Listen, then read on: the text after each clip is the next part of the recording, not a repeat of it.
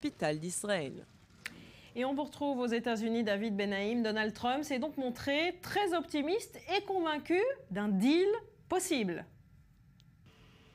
Ouais, c'est clairement un Donald Trump optimiste et même enthousiaste qui s'est présenté aux côtés de Mahmoud Abbas, beaucoup plus à l'aise que lors de ses précédentes apparitions avec des leaders étrangers. Même avec Netanyahou, l'allocution en février dernier tournait parfois à l'étrange.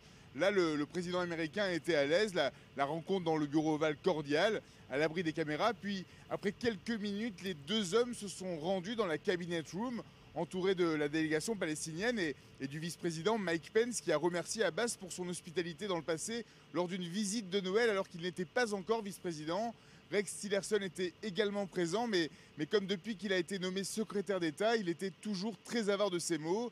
Et c'est dans cette ambiance très décontractée que Trump et Abbas ont chacun prononcé leur discours. Donc, durant cette toute première rencontre entre les deux hommes, aucun mot qui fâche, aucune condition préalable aux discussions. C'était clairement une déclaration de principe, déclaration que le leader palestinien a signée comme une marque de bonne volonté.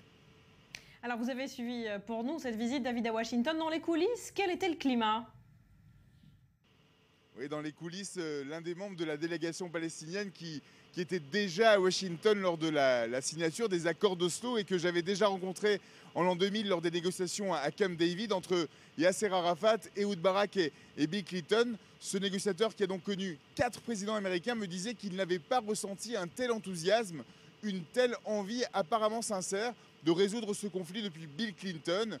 Mahmoud Abbas a même confié en anglais à Donald Trump « Mr. President, vous nous redonnez de l'espoir, you give us hope », et toujours très enthousiaste durant le déjeuner qui a conclu cette première rencontre. Trump s'est satisfait avec un optimisme exagéré. Ça ne devrait pas être si compliqué au final, ces négociations, s'est-il autorisé. Prochaine étape dans quelques semaines avec la première visite de Donald Trump au Proche-Orient en tant que président. Merci David. Et après cet entretien, on se pose la question suivante.